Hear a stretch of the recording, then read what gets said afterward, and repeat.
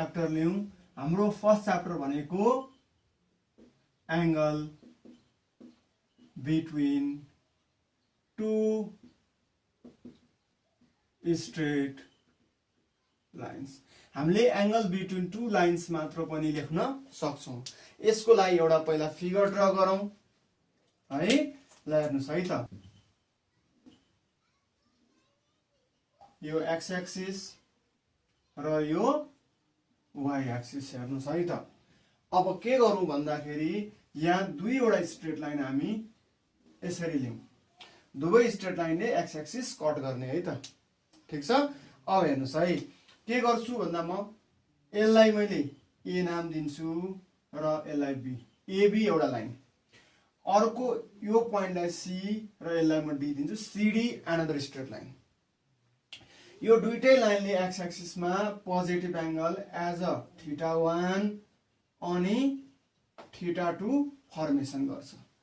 र यो दुईटा स्ट्रेट लाइन बीचमा एउटा एंगल हामी यो पोइन्ट अफ इन्टरसेक्सन मा थीटा लियौं र यतापट्टिको यो एंगल हामी अहिले अल्फाले रिप्रेजेन्ट गरौं र के भनौं भन्दा the point of intersection of this two lines AB and CD B P भनेर लियौं यही नै कुरा हामी पहिला यहाँ यो इन्फर्मेसनलाई यहाँ लेखौं है त let AB and CD be two straight lines having equations having equations y equals to m1x plus c1 and y equals to m2x plus c2 respectively यसरी लेखौं है त अब यति लेखिसकेपछि हेर्नुस् है हामी यो पोइन्ट र यो पोइन्टको बारेमा नि कुरा गरौं है let the lines AB and CD cuts x axis at point A and C forming positive angles AB ले θ1 and CD ले θ2 respectively यही लेखिदिन्छु ल म रेस्पेक्टिभली ठीक छ अब हामी यो पोइन्ट अफ इन्टरसेक्सन को र यो फर्म्ड एंगल को बारेमा पनि कुरा गरौं है त नाउ के गरौं भन्दा यो लाइन एबी को हुनाले यो इक्वेसन एबी को हुनाले है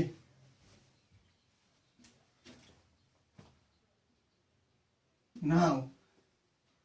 यो इक्वेसन एबी लाइन को हुनाले now slope of AB equals to m1 यसलाई हामी tan θ1 भन्न पाउँछौं है किनकि θ1 त्यहाँनिर एंगल छ हो त्यसैगरी slope of CD is equals to m2 equals to tan θ2 भन्नु है अब के गरौं भन्दाखेरि हामी यो थीटा एंगल को बारेमा कुरा गरौं if P be the point of intersection if P be the point of intersection of lines AB and CD then angle APC बनाऊ then angle APC equals to theta हो यसलाई हामी से बनाऊ ल हामीले माने है थीटा मानेको किनकि theta is the angle in between the line AB and CD हो ल Now we know that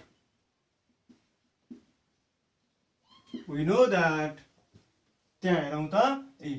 θ1 भनेको कति रहेछ त θ plus θ2 equals to θ1 कसरी by using exterior property हामी exterior property युज गर्दै छौं है त्यसो भए therefore θ भनेको θ1 minus θ2 ठीक छ operating tan on both sides we get हामी के पाउँछौं ल यो त क्लियर छ है म यसलाई सफा गरे है त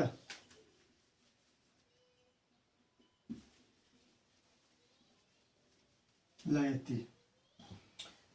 हेरौँ त अब operating tan on both sides we get यसमा हामी अपरेट गर्दै छौं है tan θ equals to tan θ1 minus θ2 or tan θ equals to tan a minus b को formula tan a minus tan b by 1 plus tan a times tan b यही formula यो minus है ठीक छ अब हेरौँ है यहाँ अनुसार त्यहाँ भ्यालु सब्स्टिट्युट गरौँ therefore tan θ equals to m1 minus m2 हो tan θ भने त m1 छ नि त tan θ भन्नु हैन m1 minus m2 by 1 plus m1 times m2 यसलाई हामी इक्वेसन 1 मानौं है अब हामी त्यो फिगरलाई हेरेर खेलाउँछौं now from figure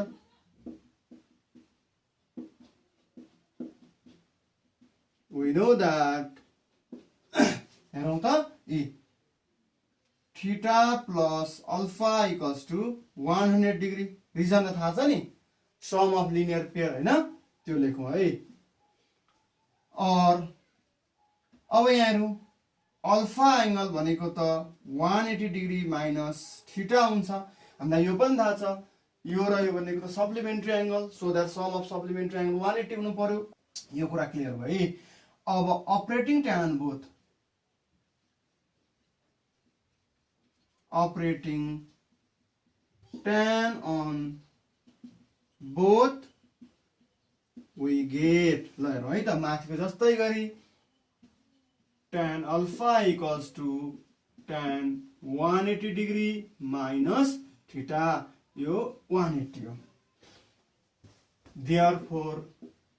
tan alpha equals to cast formula अनुसार यो भनेको कति हुन्छ minus tan theta हुन्छ ठीक छ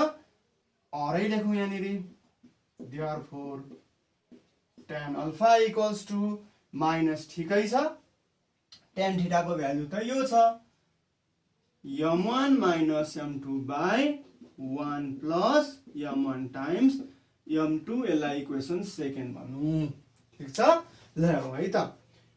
यो थीटा एंगल tan थीटा बराबर यति आयो यहाँ निरी tan अल्फा बराबर यति आयो हामीलाई त थीटा भनेको त के एंगल हो त between the pair of straight lines हो त्यही कुरा म लेख्छु है त since theta is the angle between the pair of straight line. So from equation 1 and 2 we have के छ भन्दा tan theta equals to plus minus m1 minus m2 by 1 plus m1 times m2 यसरी हाम्रो formula आउँछ है अब यो theta acute angle भए यो अब्टुज एंगल यो अब्टुज एंगल भए यो एक्युट एंगल हामीले त्यसरी कुरा गर्यौ है अब यसको कन्क्लुजन पनि हामी लेख्यौं है त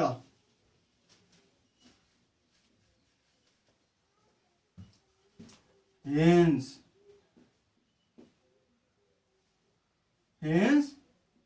positive value of theta represents acute angle and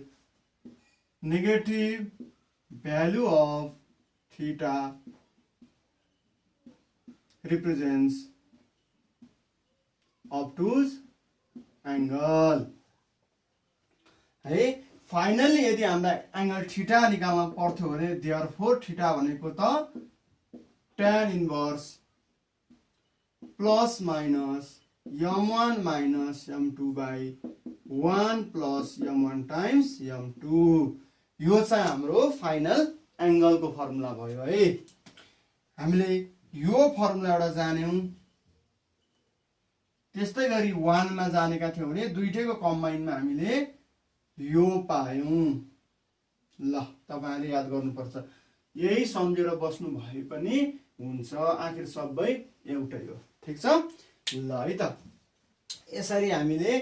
angle between two straight lines को एंगल निकाल्ने फर्मुला फाइन्ड आउट गर्यौं अथवा डेरिभेसन गर्यौं। अब हामी यसका कन्डिसन तर्फ लागौं है त। अब हामी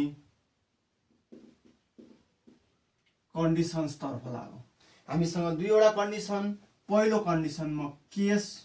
1 भन्छु, के छ कन्डिसन अफ प्यारालिजम। कन्डिसन अफ प्यारालिजम, यसलाई कन्डिसन अफ कोइन्सिडेन्स पनि भन्छौं हामी पछि है। अहिले प्यारल लाइन, दुईटा लाइन आपसमा प्यारल छ हेर्नुस् है त। एउटा यो लाइन र अर्को यो लाइन आपसमा प्यारल छ। ल हेर्नुस् यो लाइन, यो दुईटा लाइन आपसमा प्यारल छ। यसरी प्यारल छ भने यो line y equals to m1x plus c1, यो line y equals to m2x plus c2 यस्तो छ। ठीक छ। यदि यसो हो भने है अघि नकै हामीले फर्मुला लिने हो। यो दुईटा एंगल लाइन बीचको एंगल त 0 डिग्री छ हैन। हामी यहाँ नै लेख्छौं let theta equals to 0 degree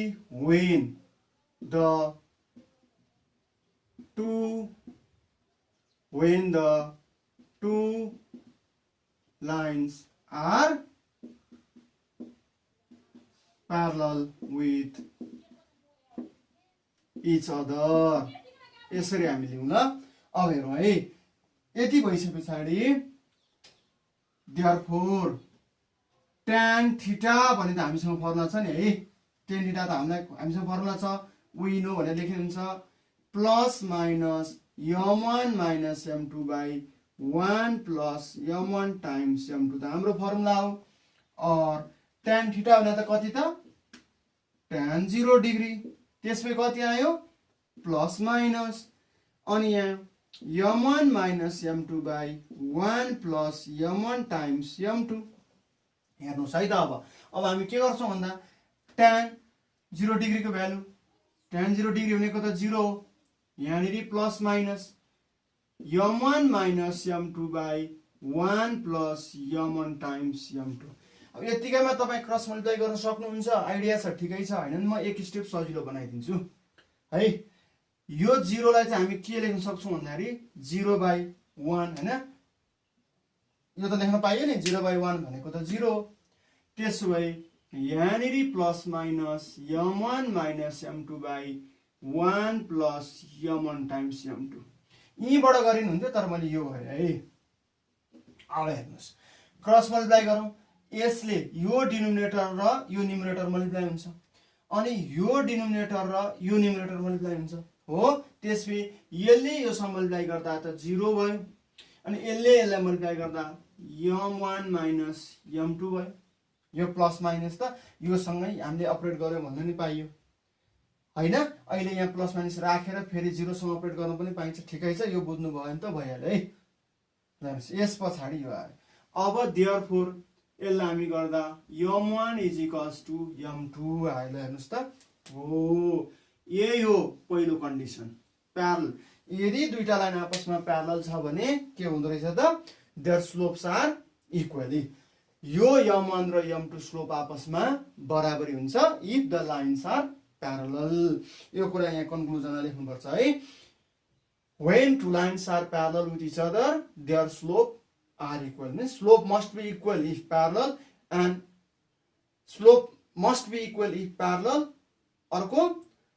if parallel slope must be equal है slope बराबरी भयो लाइन प्यारलल छ भनेर बुझौं लाइन प्यारलल छ भने स्लोप बराबरी हुन्छ भनेर बुझौं है त यहाँसम्म भयो अब अर्को हामी कन्डिसन हेरौं अर्को भनेको चाहिँ यो एउटा लाइन सँग यो अर्को लाइन आपसमा परपेन्डिकुलर छ थीटा कति हुन्छ 90 डिग्री हुन्छ ठीक छ यही कुरालाई हामी यहाँ दोस्रो कन्डिसन भनेर लेखौं है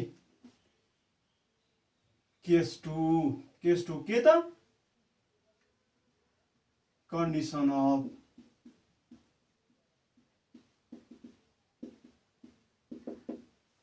अफ परपेन्डिकुलरिटी भने पछि अर्थोगोनल पनि भन्छु है यही नै लेख्ने हो लेट